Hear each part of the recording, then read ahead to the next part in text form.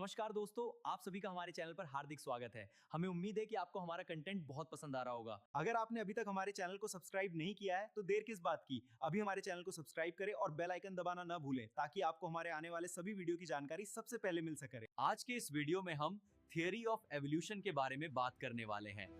तो चलिए दोस्तों, शुरू करते हैं। थ्योरी ऑफ एवोल्यूशन ये बताती है कि आज धरती पर जो भी पेड़ पौधे, जानवर और इंसान मौजूद हैं, वे शुरू से ऐसे नहीं थे। बहुत बहुत पहले जब पृथ्वी नई नई बनी थी, तब यहाँ जीवन बहुत ही सरल रूप में था। उस समय ना तो बड़े जानवर थे और ना ही इंसान। सबसे पहले छोटे छोटे जीव पैदा हुए जो पानी में रहते थे। उनके पास ना आंखें थी, ना हाथ पैर और ना ही सोचने की शक्ति। वे बस खाते थे और बढ़ते थे। धीरे धीरे समय बीतता गया। लाखों करोड़ों सालों में पृथ्वी का मौसम बदलता रहा। कहीं बहुत ज्यादा गर्मी हो गई, कहीं बहुत ठंड पड़ने लगी और कहीं बारिश कम होने लगी। जैसे जैसे वातावरण बदला, वैसे वैसे जीवों के सामने नई मुश्किलें आने लगी। अब उन्हें नए हालात में जीना था।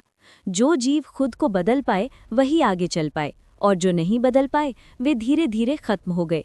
यही बदलाव एवोल्यूशन कहलाता है। हर जीव अपने जीवन में अपनी ज़रूरत से ज़्यादा बच्चे पैदा करता है। जैसे मछलियाँ बहुत सारे अंडे देती हैं, पेड़ हज़ारों बीज बनाते हैं और जानवर भी कई बच्चे पैदा करते हैं। लेकिन धरती पर सबके लिए खाना, पानी और रहने की जगह सीमित होती है, इसलिए सभी बच्चे बड़े होकर जीवित नहीं रह पाते। इसी वजह से जीवों के बीच भोजन, पानी और सुरक्षित जगह के लिए मुकाबला शुरू हो जाता है। इस मुकाबले को स्ट्रगल फॉर सर्वाइवल यानी जीने के लिए संघर्ष कहा जाता है। इस संघर्ष के समय सभी जीव एक जैसे नहीं होते।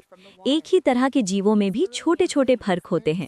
कोई जीव तेज भाग सकता है, कोई ज्यादा ताकतवर होता है, कोई बीमारी से जल्दी ठीक हो जाता है और कोई आसानी से छिप सकता है। इन छोटे छोटे अंतर को वेरिएशन कहा जाता है।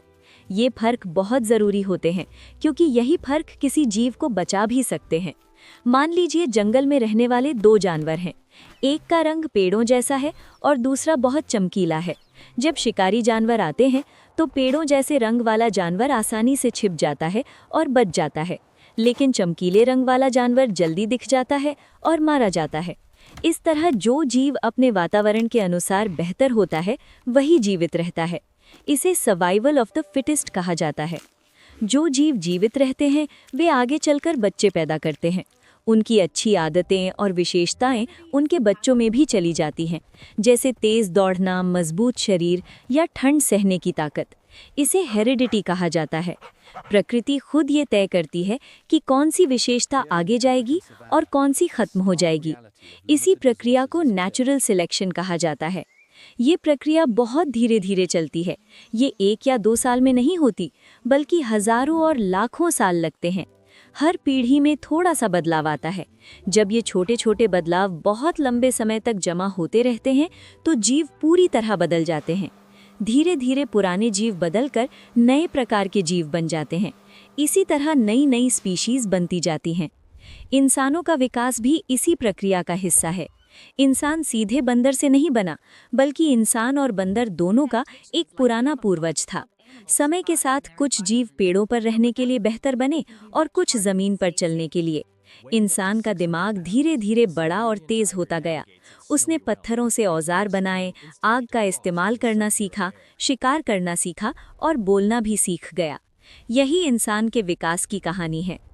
इस तरह थ्योरी ऑफ एवोल्यूशन हमें ये सिखाती है कि जीवन कभी एक जैसा नहीं रहता। समय, वातावरण और परिस्थितियों के साथ जीव बदलते रहते हैं। जो जीव बदलना सीख लेते हैं वही आगे बढ़ते हैं, और जो नहीं बदल पाते वे धीरे धीरे खत्म हो जाते हैं। यही प्रकृति का नियम है, और इसी नियम की वजह से आज धरती पर हमें इतनी अलग अलग तरह की जिंदगी देखने को मिलती है।